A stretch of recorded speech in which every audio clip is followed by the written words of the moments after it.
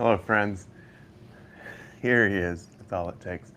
Welcome to Daily Flow 10-minute mornings. My name is James. This is Max. All right, you know what to do. Go to your place. Good boy.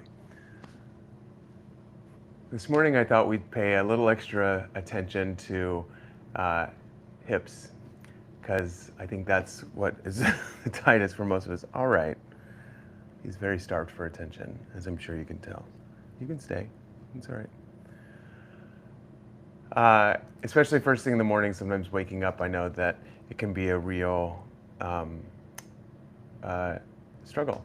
They can be really tight, and that pain or that tightness can turn to pain pretty easily. It radiates up into the low back. So we're going to start on our backs, though. Just gather the knees to your chest. And as you do, close your eyes, make little circles with your knees going one way and the other. There's no particular pace or order, just looking for a little bit of low back release. And also looking to deepen your connection to the mat. So as you arrive on the mat or the floor in my case, just feeling a little bit of extra grounding. And then set your left foot on the floor and interlace your fingers around the right hamstring. And just gently start to draw it into the side of your body. Now, if you're particularly tight, this might already be asking quite a bit. If you can, also flex that right foot to the ceiling so you feel like you're drawing the knee down and pressing the foot up. So that it's not just that I'm flexing the foot, I'm also thinking about pushing the heel up as I resist using my interlaced fingers. As you just stay and breathe with this, you'll start to feel that right hip, the glutes, maybe a little bit in the hamstring, maybe a little bit in the groins. Just breathe into that space. If you'd like to make it a little more intense, go a little deeper, thread the right arm inside and see if your right hand can hold either the ankle or the calf or the foot, and then release the left hand. Take it long beside you. So this gives you a little more traction. And then if you want to go a little further, you can straighten the left leg. So all of these things are just listening to your body. So as you can see, we're essentially in a lizard lunge right now, if you're familiar with that pose. We're also in half of a happy baby pose. I start classes with this a lot, with some variation of this very often, because I think whether it's because you've been asleep and maybe you're a side sleeper like I am, or you've been sitting all day, this is a really useful practice, and it's pretty easy to regulate. You can start to straighten the right leg a little bit if you want to. I'm going to hook my peace fingers around my big toe.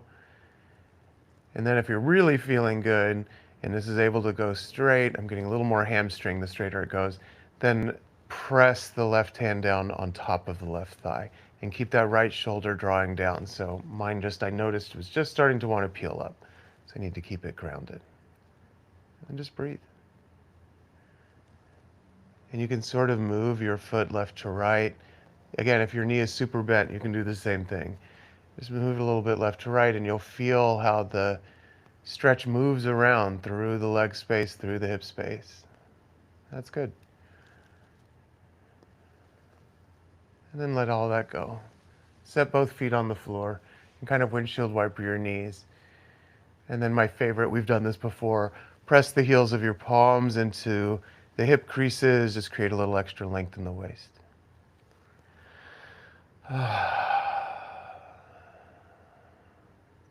I can stay there all day, but we should probably do the other side. We like symmetry. So I start by interlacing my fingers around the left hamstring and by flexing the left foot to the ceiling. And again, that gentle pressing up as I pull down. My right foot is also active, it's pressing down into the floor. So rarely, it's one of the things that I think is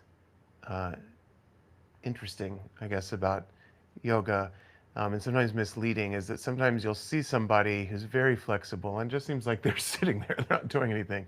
There's still a lot of activity happening. They're still active in those muscles.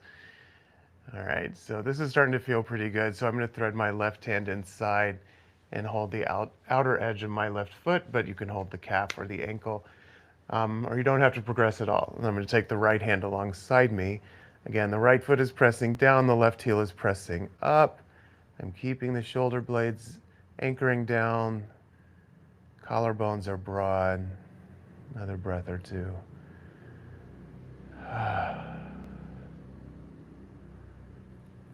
Yeah, when you see somebody who can very effortlessly do things like handstand, you see them all over social media all the time, and it just seems like they're just floating up. Their feet are so light. How is it possible that our feet are so heavy? I understand. All right, I have to adjust myself because of my couch, but I'm going to straighten that right leg and hook my left peace fingers around the left big toe, pressing down with my right hand on top of my right thigh and starting to lengthen the left leg just a little bit.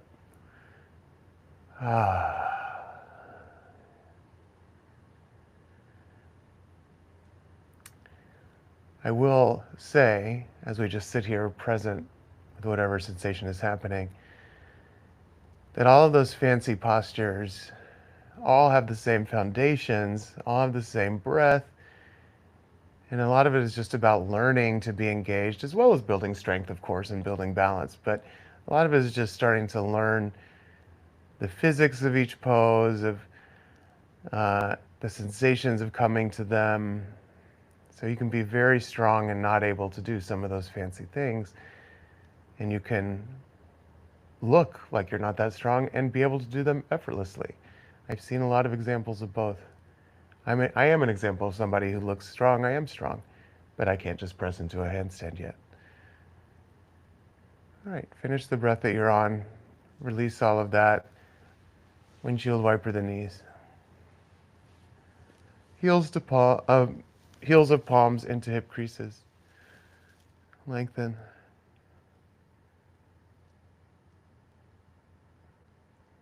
Now rock yourself up to sit. Give those knees a hug. Let's take let's come to all fours actually, sorry. A little bit of cat and cow if you'd like. And then we're gonna move this into our lizard lunge. So you're more than welcome to stop where we stopped, or step the right foot outside the right hand and kind of just noodle that left knee back a little bit. And try to get nice and long here. So it's tempting to round. So draw the shoulder blades together. If it feels like this is not available to you, you can put your hands up on something like yoga blocks or a book or anything that's even height. A board game, I have a bunch of board games over there. I could use one of those. Feel your chest pulling forward. Now also, just like before, press down on that right foot. So I'm trying to hug the right thigh into my right ribs and then get long. You can also come up on, lift the knee. This is actually, it just changes the pose. I'm not gonna say it's less intense, it changes it. And then some people are very flexible. They come down to their forearms with the knee lifted, perhaps. Still trying to lengthen the spine, trying to draw the heart forward as I root the right foot down. Take another breath. And then lower the left knee down. Set the left hand on the floor and bring the right hand on top of the right thigh. I'm going to untuck my left toes and then press the right thigh forward. So I'm not pushing down on it, I'm pressing it forward. And then I'm using that left hand, tractioning the floor to the left to open up my heart. Get long as you inhale. Go a little deeper as you exhale. Maybe you bend the left knee and capture the left ankle. If you have to contort your spine to do it, then just keep your hand on the thigh. It's not a big deal. This just mainly adds some action to that left hip flexor, which feels good. Still tractioning the floor to the left. And then let all of that go. Come back to your quadruped. One round of cat and cow.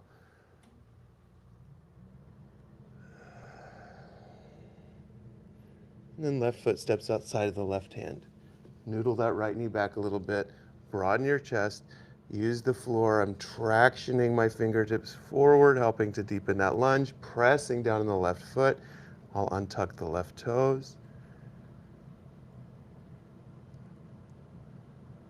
Just be present with what you're feeling. So it might be, most of us are not really perfectly symmetrical. I'm certainly not. This side, my left side is noticeably tighter than my right, especially first thing in the morning, especially not having done a full yoga practice. So this might be plenty. Or maybe you go down to the forearms, pulling the heart forward, pressing that left foot down, trying to hug the left knee in. And then maybe tuck the toes and lift the knee. Just allow yourself the freedom to explore what feels good, what feels, I talk about this a lot, I think about this a lot, the difference between sensation and pain. Like nothing should hurt, but there's sensation in these stretches. Like there's something happening, and there definitely your body tells you when it's time to stop, when you've gotten a little too far. So listen to that, it's telling you for a reason. Draw the shoulder blades together a little more, pull the heart forward a little more, breathe, and then release that left knee down. Come back onto your palms, left hand to the left thigh, and I'm gently pressing the thigh forward, so not pushing down, but pressing forward, and then using my right hand to motivate the twist. I'll untuck those right toes. I untuck the right toes so I can ground the top of the right foot and actually have a deeper foundation, and that starts to give me some opening in the right hip flexor. Maybe that's plenty, maybe you've gone as far as you need to go, maybe you bend that right knee and capture the right foot. But again, if you have to twist your spine or contort your spine, don't do it. Just another breath here. And let go of all of that. Come to any comfortable seat. Close your eyes. You might bring a hand to your heart and one to your stomach. As you see your day unfolding before you, know that you can't always control the things that happen in the world. You can't control how other people behave, but you can control how you respond.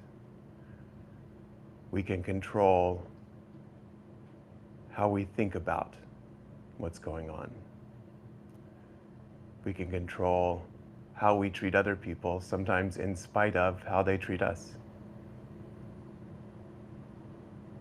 So, maybe join me in setting an intention. Deep inhale. Exhale. Gathering hands to heart center.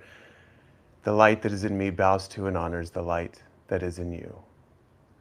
When I am in that space in me and you are in that space in you, we are one. Namaste. Thank you so much for starting your day with me, or whenever you happen to be practicing this. Hopefully those hips feel a little more open and you feel like you have some more tools to start the day. Thank you so much.